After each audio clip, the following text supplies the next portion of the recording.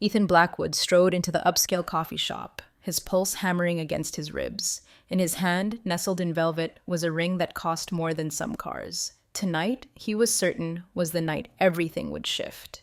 The corner table was booked, ambiance perfect, low lighting, hushed murmur of conversation, just how Brittany, his girlfriend, liked it. Flawless. It had to be flawless. Brittany arrived, a vision of sleek perfection, smile dazzling enough to light up the dim space. Ethan rose, kissed her hand, the scent of her expensive perfume filling his senses. They settled in, small talk fluttering around them, but Ethan could barely focus. He took a breath, the air tight in his chest, and pulled out the box. He flipped it open, the diamond catching the light. "Brittany, will you marry me?" Her smile vanished, snuffed out like a candle. Silence descended, thick and heavy. Brittany stared at the ring, then at Ethan, and shook her head, a slow, deliberate negation.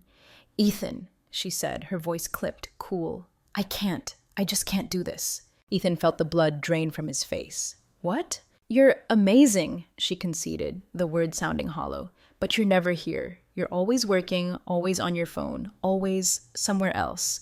I don't want to marry a ghost, Ethan. Someone who's miles away even when they're sitting right across from me." She stood, a swift, elegant movement, snatched her designer bag, and was gone. Just like that. Ethan sat frozen, the open ring box a mocking testament to his miscalculation. Rejection stung, laced with a potent dose of public humiliation. Wordlessly, he paid the bill, the taste of defeat bitter in his mouth, and stepped out into the New York night. Rain had started, a cold, relentless drizzle mirroring the chill in his soul. Ethan walked, directionless, the velvet box clutched in his hand, a useless weight.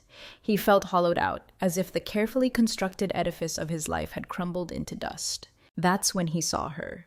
Huddled on a corner, swallowed by the shadows of a brownstone, a young woman, hair tangled, clothes worn thin, she held a piece of cardboard, scrawled in messy letters, "Hungry, please help." Ethan stopped, watching her, a strange mix of emotions churning within him. She looked impossibly young, fragile, utterly out of place in the city's brutal indifference.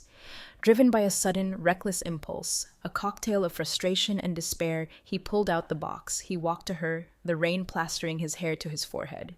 "Here," he said, thrusting the ring at her. "Take this." Before she could react, could even speak, he turned and walked away, vanishing into the anonymity of the city street. Ruby stared at the ring in her palm. It glittered under the harsh streetlights, a beacon of impossible brilliance. The most beautiful thing she had ever seen, the most valuable. But something felt wrong, acutely, deeply wrong. Why? Why would a man, a stranger, hand over something like this? To her? Without thinking, propelled by instinct, she scrambled to her feet and ran. "Hey, wait!" she called, her voice raw, catching in her throat. She sprinted after him, her worn sneakers slapping against the wet pavement. "Wait!" Ethan stopped, confused, turned back to face her. She was breathless, rain streaming down her face, but her eyes were fierce. You just gave me this?" she gasped, holding out the ring. "Yeah," Ethan said, shrugging, the rain running down his neck. "Why not? Sell it. Get yourself off the streets." "I can't," Ruby said, pushing the box back towards him. "It's not mine. I didn't earn it. It's not right." Ethan narrowed his eyes, surprised. He'd expected gratitude, maybe a mumbled thanks. Then she'd be gone, richer by a life-changing ring. But here she was, refusing it, refusing a ticket out of her nightmare. "Why are you giving it back? This could change everything for you." "Maybe," Ruby replied, her voice firm despite the tremor of cold.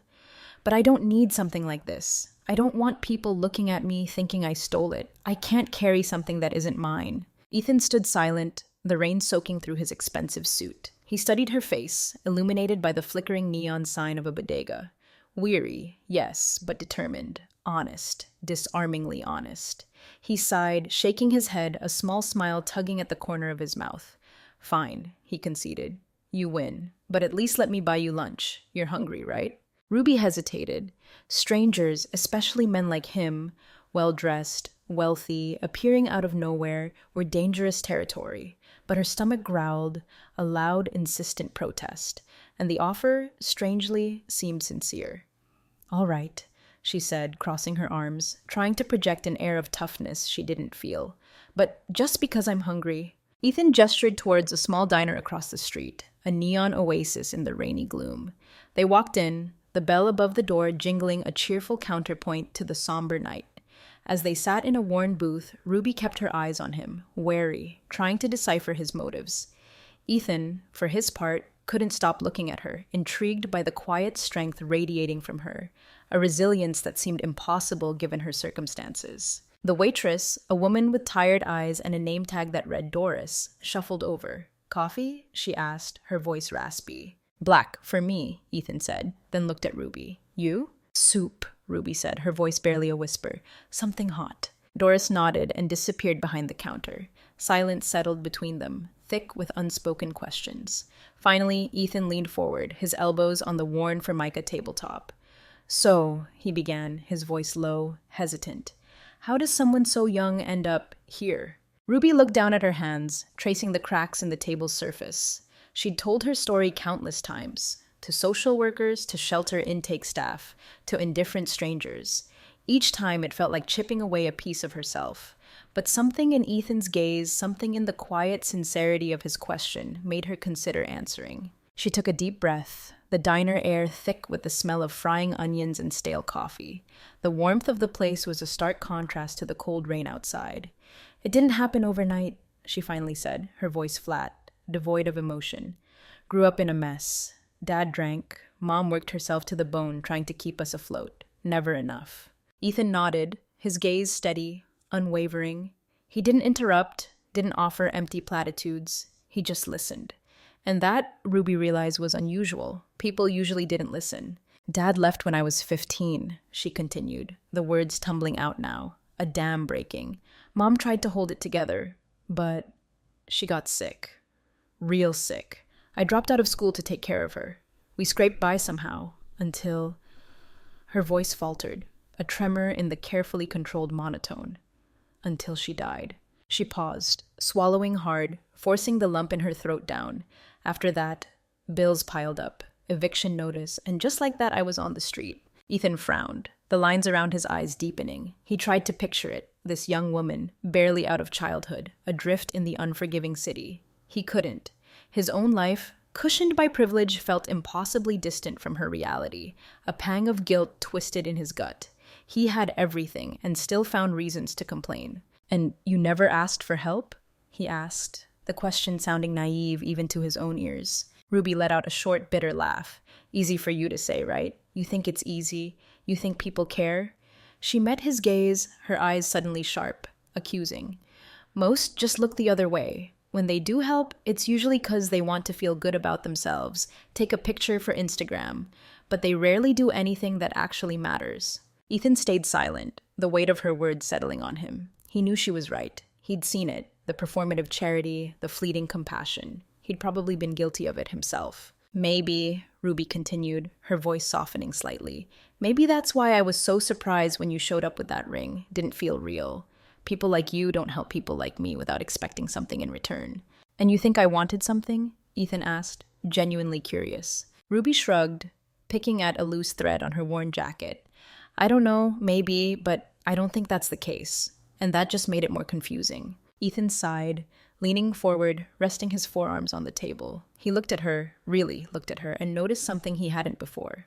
Despite the weariness, the vulnerability, there was an intelligence in her gaze, a depth that seemed to see right through the polished facade he presented to the world.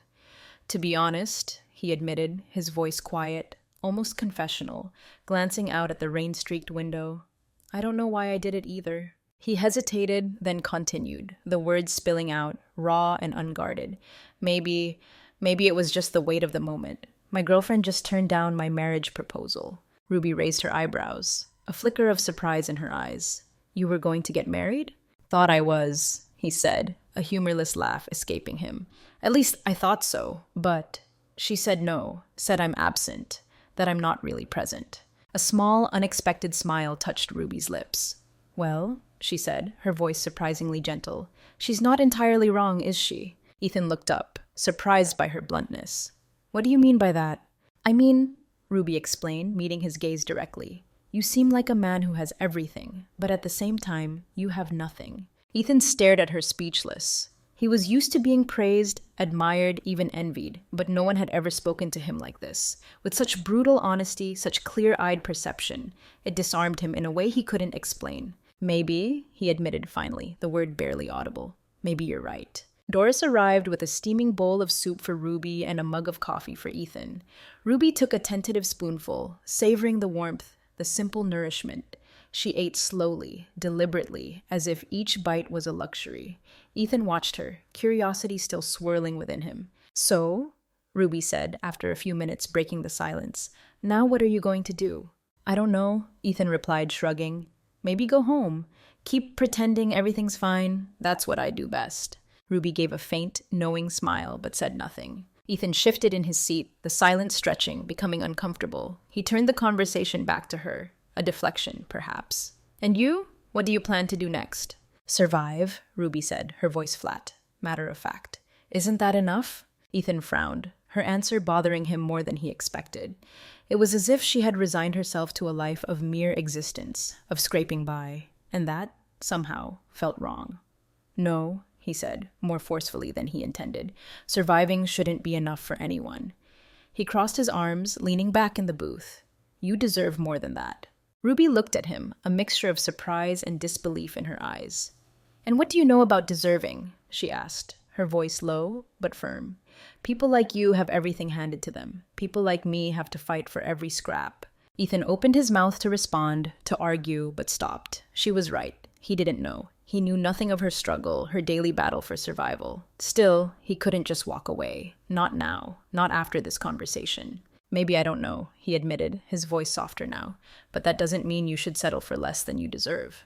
Ruby sighed, pushing the empty soup bowl away. She had finished every last drop. Ethan stood to pay the bill. When he returned to the booth, he looked at her, a decision forming in his eyes. "Listen," he said, his voice firm, resolute. "I don't know what made me approach you tonight, but I think we can do something different." "Different how?" Ruby asked, skepticism lacing her voice. "I can offer you a job," Ethan said, the words feeling strange, yet right as they left his mouth. "It's not much, but it's something. Work at my place for a while, until you can get back on your feet." Ruby's eyes widened, surprise flickering across her face.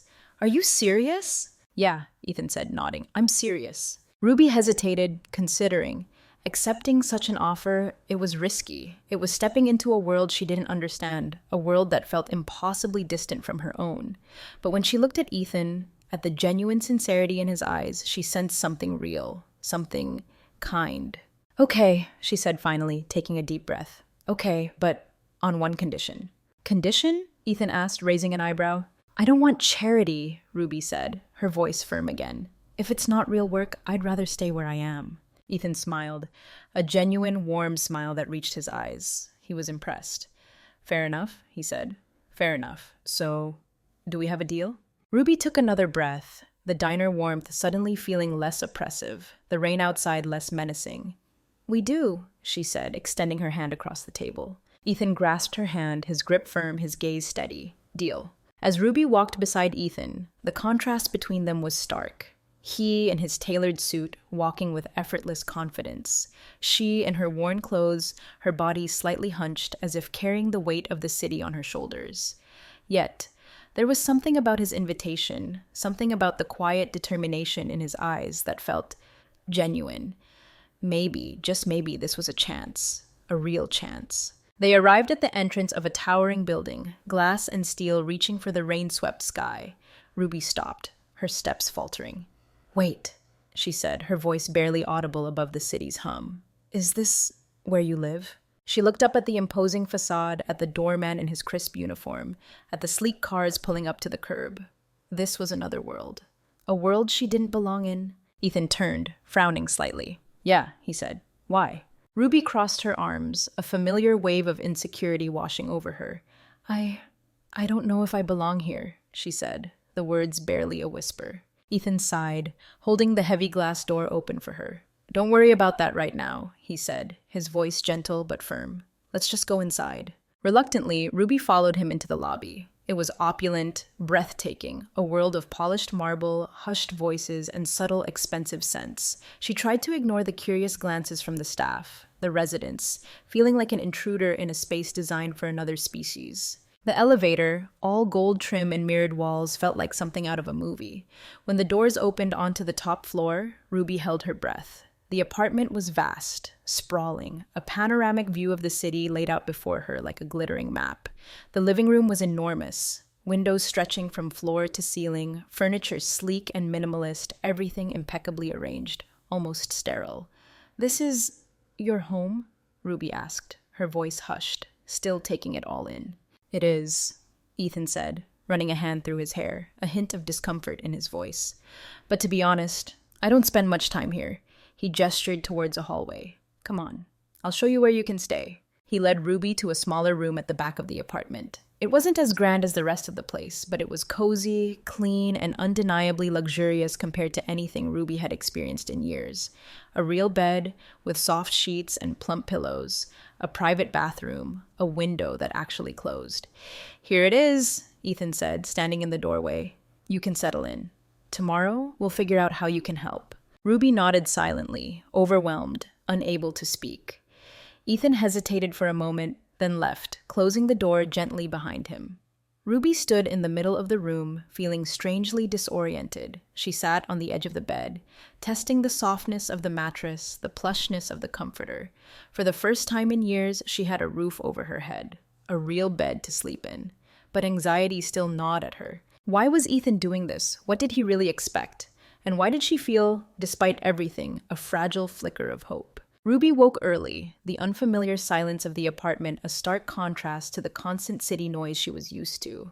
Determined to prove she wasn't a burden, she got up and dressed in the only clothes she had, the worn jeans and threadbare sweater. When she left the room, she found Ethan in the kitchen, already up, dressed casually in jeans and a t-shirt, a mug of coffee in his hand. He looked different, somehow, more relaxed, less like the polished businessman she'd met the night before. "Good morning," he said, a small smile playing on his lips. "Did you sleep well?" "Better than I expected," Ruby replied, surprised by the steadiness of her own voice. "What do you want me to do?" Ethan smiled faintly, appreciating her proactive attitude. "To start," he said, taking a sip of his coffee, "I need help organizing some documents. My secretary's out sick, and I've fallen behind on a few things." Ruby followed him to a small office off the living room. A large mahogany desk was buried under stacks of papers, folders, and files. Ethan quickly explained what he needed her to do: sorting, filing, basic organization. To his surprise, Ruby caught on quickly, her movements efficient, focused. While she worked, Ethan occasionally glanced at her intrigued. There was something about her quiet concentration, the way she approached the mundane task with such diligence that captivated him. Even though it was just basic office work, she treated it with a seriousness, a respect that he found unexpected. "You're good at this," he remarked, breaking the silence, leaning against the doorframe. Ruby looked up, startled, a faint blush rising to her cheeks. "Had to learn fast," she said, her voice low, almost defensive. "When you live on the streets, you have to be creative, organizing stuff. It's not that different." Ethan nodded, sensing there was much more to her story than she was willing to share. The day passed quickly. Ruby proved to be more efficient, more organized than Ethan had anticipated. By late afternoon, he found her in the kitchen, improvising a meal from the sparse ingredients in his refrigerator. "What are you making?" he asked, leaning against the counter, watching her stir something in a pot. "Pasta," Ruby said, glancing over her shoulder. "Hope you don't mind, it's all I could find." Ethan chuckled, shaking his head. "As long as there's enough for two, it's fine." They ate together at the kitchen counter. A simple meal, but for the first time the tension between them seemed to ease. Ethan seemed more relaxed, more at ease in his own home than Ruby had seen him before. It was as if, in some strange way, Ruby's presence was grounding him. After dinner, Ethan opened a bottle of wine, poured himself a glass. He offered one to Ruby, but she declined, saying she preferred water. "So," he said, swirling the wine in his glass, his gaze thoughtful, "what do you plan to do now that you have a place to stay?" Ruby shrugged, taking a sip of her water. "I'm not sure yet. Just getting off the streets is a big step. I think I'll focus on that for now." Ethan nodded, but something about her words unsettled him. He didn't want Ruby to just survive. He wanted her to thrive. But how could he help her achieve that without being overbearing, without crossing some invisible line? Later that evening, after Ruby had retreated to her room, Ethan sat alone in the living room, the city lights twinkling outside the window. He was deep in thought, the wine untouched on the coffee table. Her presence in just a short time had already changed something inside him. For the first time in a long while, he felt like he was doing something meaningful. Ruby, on the other hand, was restless. Despite the comfort of the room, the unexpected kindness of Ethan, she couldn't stop thinking about the future. What came next? What did he really want from her? And why did she feel, despite her wariness, a growing sense of something? Hope? Connection? It was unsettling, confusing, but also intriguing. The next morning, as Ruby cleaned the kitchen, the doorbell rang. Ethan went to answer it. Ruby heard voices, muffled, indistinct. One of them, a woman's voice, sharp, brittle, undeniably familiar. Brittany. Ruby froze, wiping her hands on a dish towel, her heart suddenly pounding in her chest. She stepped closer to the hallway, drawn by a morbid curiosity. When she peeked around the corner, she saw Brittany, Ethan's ex-girlfriend, standing in the doorway, a smug, icy smile plastered on her face. "So," Brittany said, her voice dripping with condescension, looking Ruby up and down as if she were a specimen under a microscope. "It's true. You actually brought a homeless woman into your house." Ruby felt her blood boil, a surge of anger rising within her. Before she could react, could even open her mouth, Ethan stepped forward, closing the door slightly, cutting off Brittany from Ruby's view. "What do you want, Brittany?" Ethan asked, his voice tight, visibly irritated. Ruby retreated back into the kitchen, but stayed close enough to hear. She didn't want to admit it, even to herself. But something about this confrontation, this intrusion, intrigued her. Why was Brittany here? And why did Ethan seem so genuinely upset? The voices grew louder, more strained. Ruby strained to hear snippets of the conversation, piecing together fragments of sentences. Ethan's frustration was palpable, his voice rising in pitch. "Brittany, what are you doing?" Brittany's voice, laced with disdain, carried clearly. "Have you completely lost your mind? A homeless woman living here? What will people think?" "I don't care what people think, Brittany," Ethan retorted, his voice curt, clipped. "Ruby works for me now. She's here because she needs help, and because she deserves a chance." Brittany let out a mocking laugh, sharp and brittle. "Works for you? Oh, please, how long are you going to play the hero, Ethan?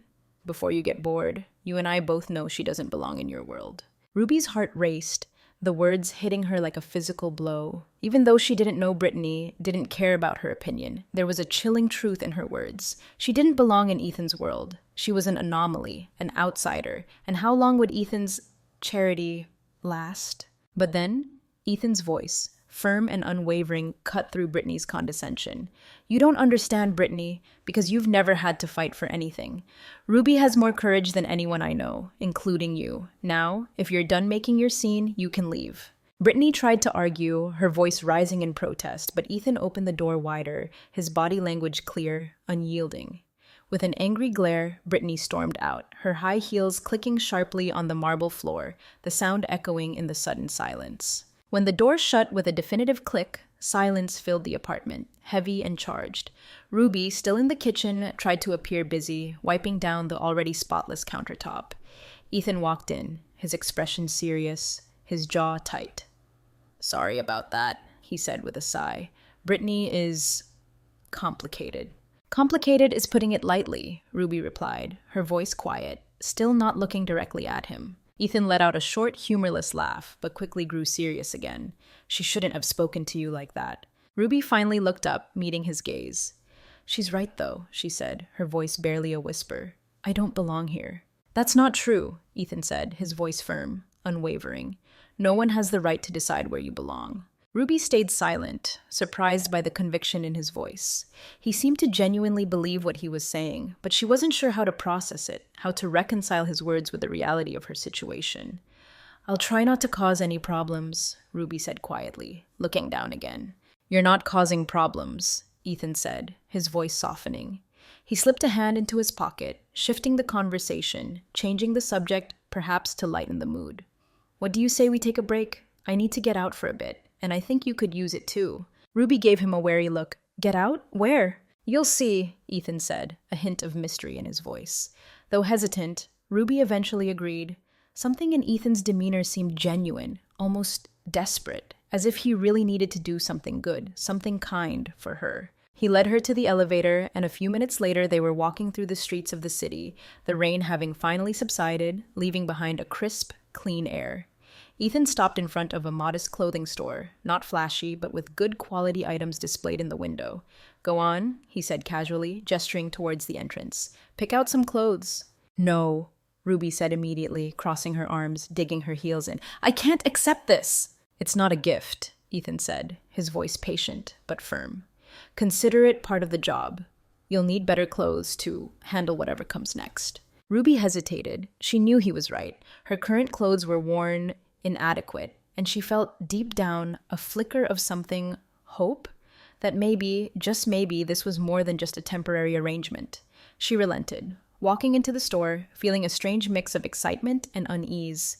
She picked out a few basic items: jeans, a couple of sweaters, a practical jacket, avoiding the more expensive designer pieces that seemed to mock her reality. While trying on clothes in the cramped fitting room, she overheard Ethan talking to the store clerk, his voice confident, assured. He seemed comfortable anywhere, in any situation, as if the whole world was his stage. After they left the store, Ethan took her to a small cafe, tucked away on a side street. They sat outside, the sounds of the city a low hum around them, the air still cool and fresh. "Why do you do this?" Ruby asked, finally breaking the silence, her voice barely above a whisper. "Do what?" Ethan asked, turning to face her, his gaze intent. "Help me," Ruby said, the words feeling strange, foreign on her tongue. "You don't have to." Ethan looked at her for a long moment, his expression thoughtful, searching. "Maybe," he said finally, his voice low, almost hesitant. "Maybe because I need to." Ruby frowned, puzzled. "What do you mean?" Ethan gazed out at the street, his gaze distant, introspective. "I spent years," he began, his voice quiet, almost to himself, "building a life based on what I thought success was. Money, power, status. But deep down, none of that means much." He turned back to her, his eyes meeting hers. "Helping you, it makes me feel like I'm doing something real, for the first time in a long time." Ruby didn't know how to respond. On one hand, it was comforting to hear, to know that her presence wasn't just a burden, a charity case. But on the other, it carried an unexpected weight, a sense of responsibility. They finished their coffee in silence, the unspoken words hanging heavy in the air. Ethan took her back to the apartment. Once there, he went straight to his office, the demands of his world pulling him back in.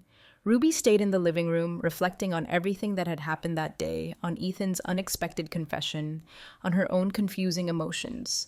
As she sorted through her thoughts, a realization began to dawn. There was something vulnerable about Ethan, beneath the polished exterior, the wealth, the power. He was a powerful man, yes, but also a deeply lost one, burdened by regrets, by a hollowness she was beginning to recognize. And it made her feel, somehow, a little less out of place, as if, in some strange way, they were connected, bound by their own internal struggles. That night, Ruby went to the kitchen, drawn by the faint light spilling from under the doorway. She found Ethan sitting at the table, a glass of amber liquid swirling in his hand. Whiskey. He seemed lost in thought, his gaze unfocused, but looked up when she entered. "I can't sleep," she admitted, pulling out a chair, sitting across from him. "Welcome to the club," Ethan replied, a faint smile touching his lips, raising his glass in a silent toast. For a moment, the silence between them was comfortable, companionable. Neither knew exactly what to say, but it didn't seem to matter. They were starting to understand, perhaps, that they had more in common than they realized.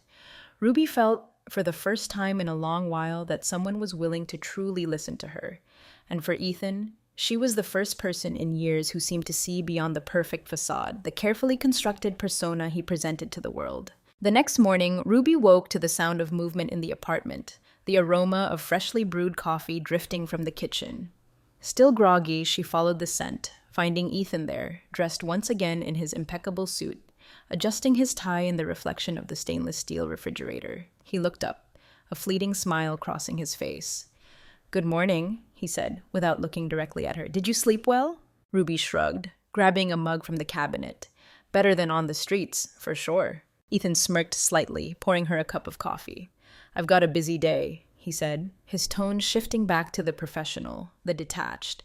"But I had a few things delivered here. Feel free to organize whatever you need." Ruby nodded, taking the coffee, trying to ignore the uncomfortable feeling of living in a world that wasn't hers, a world that felt both alluring and alienating. After Ethan left, the apartment fell silent again, the silence amplifying the vast emptiness of the space. But the peace didn't last long. Soon, the doorbell rang. Ruby opened the door, expecting a delivery, or perhaps dreading another unwelcome visit from Brittany. But this time, it was a man. Well-dressed, impeccably groomed, with a cold, assessing gaze that made Ruby instantly uneasy. "Good morning," he said, extending a hand, his smile thin, insincere. "I'm Matthew, Ethan's business partner." Ruby hesitated, then shook his hand, his grip surprisingly firm, almost bruising. "Ruby," she said, stating her name, offering nothing more. "He's not home right now." Matthew stepped inside, uninvited, glancing around the apartment, his eyes lingering on the expensive furnishings, the panoramic view. He turned back to Ruby, his cold smile widening slightly, a predatory glint in his eyes. "And you must be the famous Ruby, right?" Ruby frowned, a knot tightening in her stomach. She didn't like him, didn't trust him, didn't like the way he said her name, as if it were a punchline. "That's right," she said, her voice cool, defensive. "How can I help you?" Matthew gave a condescending chuckle, adjusting the lapels of his perfectly tailored jacket. "Actually," he said, his gaze sweeping over her, dismissive, calculating, "I'm not here for help. I just wanted to see for myself what Ethan's been up to lately. He's been distracted, and now—" He paused, his eyes narrowing, a veiled threat in their depths. "I understand why." Ruby felt the weight of the insinuation in his words, the unspoken judgment, the barely concealed contempt. "I think you're mistaken," she said, her voice steady, despite the tremor of unease within her. "I just work here, nothing more." Matthew let out a short, sharp laugh. "Of course," he said, his tone dripping with sarcasm. "Of course, but let me give you some advice, Ruby. Don't get too attached. Ethan isn't the type to hold on to things like this. He's a practical man, and people like you—" He paused again, letting the words hang in the air, heavy with implication. "Don't last long in his world." Before Ruby could respond, could even formulate a reply, Ethan arrived. He stopped in the doorway, his expression darkening as he took in the scene. Matthew, standing in his living room, his gaze fixed on Ruby. "Matthew," Ethan said, his voice dangerously low. "What are you doing here?" Matthew turned, the same cold smile plastered on his face. "Just a friendly visit, Ethan," he said, his tone falsely cheerful. "Wanted to see how you're doing, and of course—" He glanced back at Ruby, a smirk playing on his lips. "Meet your new employee." Ethan crossed his arms, his jaw clenched tight, visibly irritated. "If you're here to judge me, Matthew," he said, his voice clipped, controlled, "save your breath. My personal life is none of your business." Matthew shrugged, his smile never faltering. "I'm just concerned, Ethan. Wouldn't want anything distracting you from the business. After all," he paused, his gaze sharp, pointed. "That's what we live for, isn't it?" Without waiting for a reply, without another glance at Ruby, Matthew turned and left, his polished shoes clicking on the marble floor, the door closing behind him with a soft but definitive thud. When the silence settled, Ruby crossed her arms, her gaze fixed on the empty doorway. "Seems like your friends," she said, her voice flat, devoid of emotion, "share the same opinion about me as your ex." Ethan sighed, running a hand through his hair, his face etched with weariness. "Ignore what he said, Ruby," he said, his voice low, almost pleading. "Matthew's a man who only cares about numbers. He doesn't understand that some things go beyond that." "And do you?" Ruby asked, her voice carrying a quiet curiosity she couldn't suppress. Ethan hesitated, his gaze searching hers. Before replying, he took a deep breath. "I'm trying," he said, the words barely audible but undeniably sincere. Ruby didn't know what to say. She wanted to believe him. She desperately wanted to believe that Ethan was different from the people in his world, that he saw something in her that others didn't, but doubts lingered, persistent, insidious. Maybe Matthew and Brittany were right. Maybe she was just a temporary distraction. Maybe she was fooling herself, playing a dangerous game she couldn't possibly win.